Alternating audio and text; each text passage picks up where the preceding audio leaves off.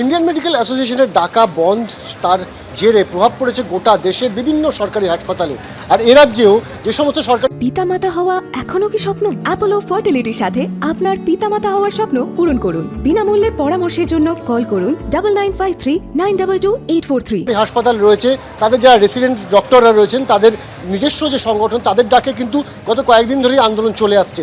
আজ আমরা দেখতে পাচ্ছি যে এসএসকেএম হাসপাতালে যে নির্যাতিতা তার একটি প্রতিচ্ছবি রাখা হয়েছে, একেবারে ফটো ফ্রেম বানিয়ে তার সামনে মোমবাতি জ্বালানো হয়েছে এবং খুব উল্লেখযোগ্যভাবে তার তলায় মা দুর্গা এবং নির্যাতিতার ছবিকে এভাবে রাখা হয়েছে এবং তার পাশেই লেখা হয়েছে স্টপ রেপ এবং তার দুদিকে লেখা রয়েছে কোথাও জাস্টিস ফর হার, অর্থাৎ নির্যাতিতার জন্য এসএসকেএমের জুনিয়র চিকিৎসকরা তারা জাস্টিস চাইছেন।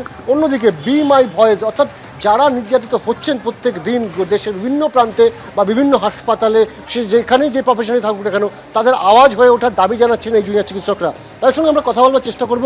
আমরা দেখতে পাচ্ছি যে একেবারে শ্রদ্ধার বেদি বানিয়েছেন আপনারা নির্যাতিতার জন্য এবং তারপর আজকে আপনারা আপনাদের কর্মবিরতি চালাচ্ছেন, যে স্ট্রাইক রয়েছে সেটাতে আপনারা পার্টিসিপেট করেছেন। কি বলবেন, কি দাবি রয়েছে আপনাদের?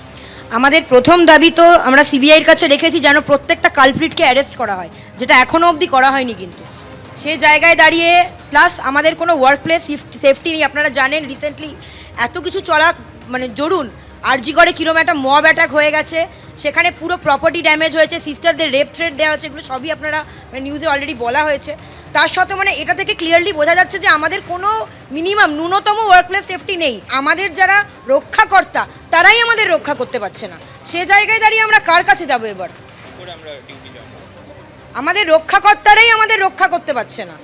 অলরেডি একটা মেয়ে ধর্ষণ হয়ে মার্ডার হয়েছে, তারপরেও এরকম একটা জিনিস কন্টিনিউয়াসলি হতে থাকছে। তাহলে আমাদের রক্ষাকর্তারা ব্যর্থ, তারা আমাদের এখানে রক্ষা করতে পারছে না। আপনাদের এই যে পুলিশের ভূমিকা বা পুলিশ রক্ষা করতে পারছে না বলে যে অভিযোগ আপনারা করছেন, ডিমান্ড কি থাকছে? যে নিরাপত্তা তো সুনিশ্চিত হচ্ছে না। আমরা দেখলাম আরজিগড়ে এত পরিমাণ পুলিশ বাহিনী ছিল, তারপরেও মব অ্যাটাক হলো এবং ধূলিসাৎ হয়ে গেল দুটো ওয়ার্ড।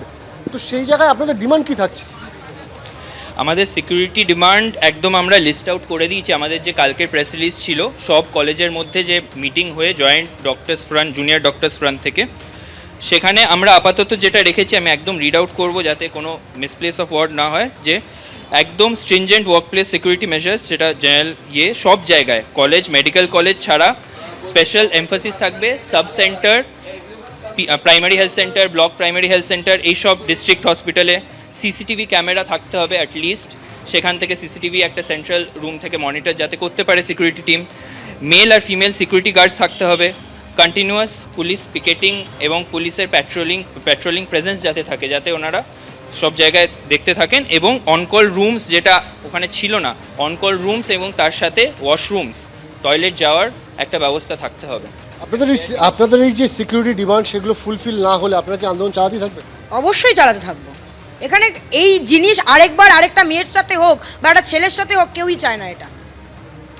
আমরা কথা বললাম এসএসকেএম এর জুনিয়র চিকিৎসকদের সাথে এবং দেখতেই পাচ্ছি যে তারা একেবারে নির্যাতিতার একটি প্রতিচ্ছবি রেখেছে ফ্রেম করে এবং সেখানে শ্রদ্ধা জ্ঞাপন করছে। শুধু তাই নয়, তাদের পরিষ্কার বক্তব্য যে তারা কিন্তু ততক্ষণ পর্যন্ত তাদের এই সিজ ওয়ার্ক চালিয়ে যাবেন যতক্ষণ পর্যন্ত না তাদের যে ডিমান্ড রয়েছে নিরাপত্তা সংক্রান্ত, সেই ডিমান্ড তারা পূরণ করতে পারছে প্রশাসন। এবং শুধু তাই নয়, তাদের কিন্তু এটাও বক্তব্য যে তাদের নিরাপত্তা দেবে কে? পুলিশ যেখানে আক্রান্ত হয়ে যাচ্ছে সেখানে তাদের নিরাপত্তা কার হাতে থাকবে, সেটাই কিন্তু এখন সবচেয়ে বড় প্রশ্ন।